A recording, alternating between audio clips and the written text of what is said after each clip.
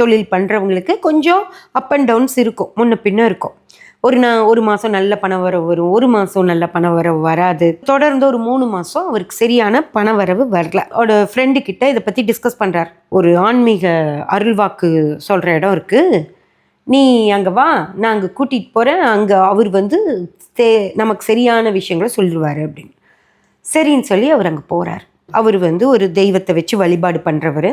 அவர்கிட்ட போய் இவர் அருள்வாக்குக்கு உட்கார்றாரு. அப்புறம் அவர் வந்து பேசுகிறாரு. அவர் பேசினப்போ அவர் கூட பேசும்போது இவர் சொல்கிறார், இந்த மாதிரி எனக்கு கொஞ்சம் பண வரவில் சிரமமாக இருக்குது அப்படின்னு. அவர் வந்து சில விஷயங்கள் சொல்கிறார். இவர் அது வரைக்கும் அது மாதிரியெல்லாம் கேட்டதே இல்லை. அவருக்குரிய ஒரு ஆச்சரியமாக போகுது. அப்படிங்களா, அப்படியா அப்படின்லாம் கேட்குறார். அருள்வாக்கு முடிச்சுட்டு அவருக்கு கொஞ்சம் ஹை பணம், ஓகேங்களா. அருள்வாக்கு வந்து ஒரு ஃபிக்ஸ்டு அமௌண்ட் தான். அப்புறம் சரின்னு கொடுத்துட்டு வர்றாரு. வந்து அவருக்கு அவர் அதை செஞ்சு பார்க்கணும், அவர் சொன்ன மாதிரி நடக்கணும் அப்படின்னு சொல்லிட்டு